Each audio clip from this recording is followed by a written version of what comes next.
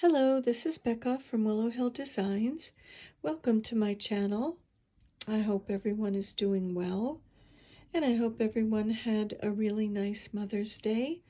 We did. We had such a nice celebration, although my one little grandson was sick, and so we're going to have another celebration this weekend. So we'll have two Mother's Day, but I hope everyone had a wonderful day together with family. Today I'll be sharing the prompts of a tree and a bird's nest from Roxy's Journal of Stitchery Down the Garden Path. And I haven't had a lot of time to work on all of this because I've been working on quilts. And so well, let's see. This is where I left off last week, right about here. Or last video, I should say, and that was with the little garden chair. And so that was the end of my roll, my snippet roll, or whatever we're calling this. And so here is where my roll ended, and I added on probably another, oh gosh, 18 inches, I would say, of fabric. And now looking at it, I don't think we're going to need it because I think there's only 3 prompts left. But what I did here was I just joined the 2 pieces of fabric together, this new additional piece and the end of the roll, and I left one edge a little bit longer. Let's see if I can show you. I'll just take 2 squares that I have here and putting them right sides together like this, and I left one side a little bit longer, and then I just stitched my 1/4 inch seam here and pressed this open, and then when I brought it over, I left this edge over that raw seam, and this actually was the selvage edge of the end of my roll. So this is the selvage edge here, and I just folded it over my seam and stitched that down. So it's almost like a felled seam. That seam where they were joined is enclosed, which I don't know that it really matters because I think we will still be putting a backing on this roll. So this is this week's, and I put this, I should move it here. I put this birch tree here over the join where the 2 came together, the 2 pieces of fabric, and I added some leaves up here and just stitched them down with an invisible stitch. This tree is also stitched down with an invisible stitch. This is from a winter fabric, actually, winter with trees and deer. I had also used those birch trees here. That's a very pretty fabric. So it's amazing what you can source and find to sort of add to your roll. Coming at this slow stitching from a quilter's point of view, I like to add fabrics that are not just stripes or dots or textural, but I like to add pictorial elements along with my embroidery and slow stitching. So I thought I would add this birch tree here, and I added a little bush at the bottom and did some purple ribbon roses sort of growing out of that bush, and 2 little petunias that might have fallen from up above and fell down here on the path. And on those I just did an outline stitch around the, oh no, I did a buttonhole stitch actually with 1 strand of thread, and then I did some stitches in the center to sort of accentuate the veins, and I did some kind of an olivey green French knots in the center, And then the leaves are just straight stitches, and those were invisible stitch down as well.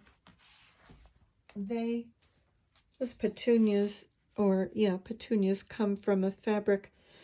It's not exactly this fabric, but it is similar. It's the same fabric, but in a different colorway. So again, just finding little pieces here and there from fabric that I think makes it so interesting.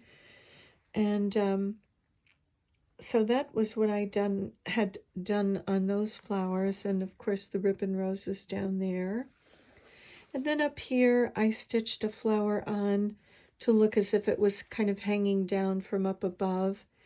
And that one I did an outline stitch, I think with 2 strands of thread, and some stitches in the center of that flower, some straight stitches just to kind of accentuate maybe veining, and some French knots in there. I may come in with another color as well in those center French knots. And then the leaves are just stitched down with a an outline stitch and straight stitches with just a regular machine cotton 50 weight. Same thing here, just put some veins in the leaves. Again, this is such a tiny little area. I didn't really want big chunky threads there. And the other prompt was a bird's nest. And so I was thinking, I know I've had bird's nests blow down in my yard. Usually robin's nests seem to come down. So I kind of envisioned a nest falling down from a tree up above, maybe a maple tree or an oak tree. I know it's been very, very windy here. I had a huge, gorgeous ceramic bell that I had in my garden that, or kind of a clay bell, that the wind blew down and it broke. It fell on the rocks below and broke, and I was heartbroken. I'm going to try to glue it, but it's been very windy, so I imagine a nest could blow down from the upper trees. And so I just took some leaves from one of the fabrics that I have been pulling from, and where the 2 paths meet, where the paths kind of veer off the fabric and then back on, I put this little bed of leaves for this nest to have fallen onto, and I thought it would be cute to put a little bunny or a little mouse sleeping in the nest. I think that's Mrs. Rabbit's little boy. I think they were on their way to the picnic and he got tired and saw this little bird's nest on the ground and decided it was a perfect place to take a nap. So, and I will stitch him down. He was stitched down, and I had to unstitch him because I had some other things to add over here. But this was a bird's nest from a fabric, but it was too small. So I kind of used that as my base just to embroider this nest on the fabric. And what I did was I just made a slit here where your nest might be open, you know, where the edge of the nest might be. And I did a blanket stitch and an overcast stitch around this edge of the nest. And I used a variegated thread, I think 2 strands on that, and it's variegated gray and brown mostly. And then I took some lighter threads of a DMC cotton and sort of a beigey color or taupe, just to make it look very twiggy if I could. Some other shades, there's gray shades, gray twigs and brown twigs and the lighter color twigs. And then back here I tried to make this very dark to look as if it was in the shadows, and I didn't stitch all the way down. I just did as much as you could see behind the little bunny or whatever I put in there, the little mouse, excuse me, or little bunny. So he will be stitched in here And he's got a little lettuce leaf to keep him comfortable there, and also handy in case he wants a snack. So he'll be stitched down. But the reason I didn't, that I unstitched him was because our next prompt is our favorite flower or flower garden.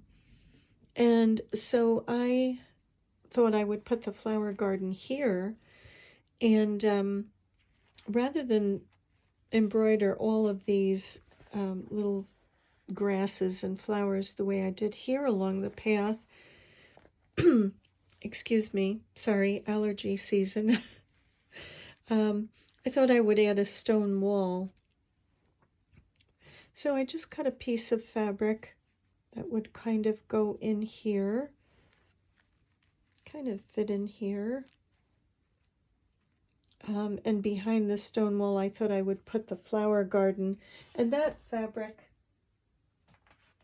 came from this fabric. This is another Beatrix Potter fabric with Peter Rabbit. And but I didn't want a green stone wall. I decided I wanted it gray. So I just took my Derwent color watercolor pencils and I used grays, some darker grays, light grays, some browns, and a little bit of white shading in. I'll probably trim this little edge here. I may go over that with a brown or a black, but I think I may trim it. I'm not sure. But I wanted to keep the continuity because I do have the wall here in the beginning, so of this path. So I thought the wall does run throughout the path, and so that'll go there. And I think I'll put my flowers back here, so they may be hollyhocks, or one of my favorite flowers is foxglove, but I don't know that I will attempt to do a foxglove there. But I will add some flowers, different flowers that are easy to accomplish in this small scale. And I also have this little guy. He seems to want to be part of this roll, so I think he'll be standing on this stone wall here, probably chattering away, a little red squirrel chattering away at this bunny sleeping over here. And he's carrying a nut here on his shoulder, or an acorn, maybe a filbert. So he'll be standing here by the garden flowers. And over here, I just sketched in with a friction pen, maybe a sunflower or an echinacea, something that's kind of hanging down. And actually, I may iron that off and make it a little bit taller. I may make it come down a little bit. I think I'll do that. But so that'll be for the next prompt with the flowers. So that's why I did unstitch my little bunny here, but he'll get stitched back down again with invisible stitch. And I'll do some little detail work on these leaves as well. As I said, I've been busy making a quilt for our little grandson that will be born in September. And it's a Noah's Ark quilt, and so there's lots of animals and things. And the ark is sewn down, and the sky is done in the grass, the greenery is done, and some of the animals are sewn down, but not all. I still have quite a few to go, so I have not had as much time as I'd like to spend stitching on this, but I will be doing more this week with these flowers, and I'll share that next week. So that's where it stands now, and where I think it will be going with the flower garden here. I did do a little bit of tinting here, just to sort of give the feeling of some grassiness, grass area there. I love this fabric. This is from a McKenna Ryan fabric. It's so pretty. I think it's called Farmhouse. But rather than do green or blue background or whatever. I think it's nice to just sort of give hints of grass and greenery. So that is where I stand. That's my little tree prompt for this week, and my little bird's nest and the stitching that I did, and the little bunny that will be sleeping in there.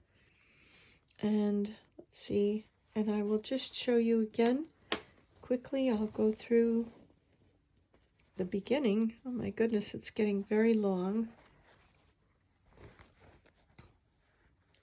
From the beginning, down the garden path with Miss Lucy and the teapot that she lives in, and her little friends, the bird, and the fairies that come and visit, and the butterflies, and little berries up here, blueberries, and lily of the valley, and her secret garden gate, and her little tub with vegetables right outside, vegetables and fruit, right outside her vegetable garden, and her little garden shed, which is a teacup on its side, her wheelbarrow for working in the garden, and Susan the swan, who comes to visit and swim in her little pond down the garden path, and the flowers and pots that hang from the tree. And there's our little squirrel Stuart, who's coming to this picnic. Oh, the picnic is down ahead right here. And that's Daffodil the mouse, who lives in that overturned flower pot. And Mrs. Rabbit is bringing berries and good things to the picnic. And here's our little field mouse Dusty, who is by the garden chair, which is an old stump, and Owl, who was in his tree trying to sleep. And our tree prompt for these past 2 weeks, and our little nest. So that is where I am right now, and I have my spool ready to go. I haven't put it together yet. This was a core of a like a plastic wrap container, I guess you would say, and I had originally made this top for it and bottom, and I realized it wasn't going to be deep enough, so I now have a larger, and I still have to distress these. I'll distress these to look like this, but those will be glued on there, and they will go like this. So I think that'll be wide enough. I haven't put it together, worrying that it may not be wide enough, but it's kind of what it will look like. Can't really hold it there. Kind of what, well, that's off center, but you get the idea. And I will glue this to this and glue the tops, the circles, to the spool. So it's just about completed. I'm not sure what we will put on the bottom, or as a facing or a backing to our roll. I don't want it to be too bulky, so I've really been trying to give a lot of thought of what kind of fabric, something very light to put on the back but yet conceal your stitching. So we'll have to see. I think Sarah is going to share that. I think she said she would share that in the next maybe video or two. So we'll see how it proceeds. But so thank you very much for joining me today. Thank you for watching, and I'm wishing you many blessings, and see you in the next video. Bye for now.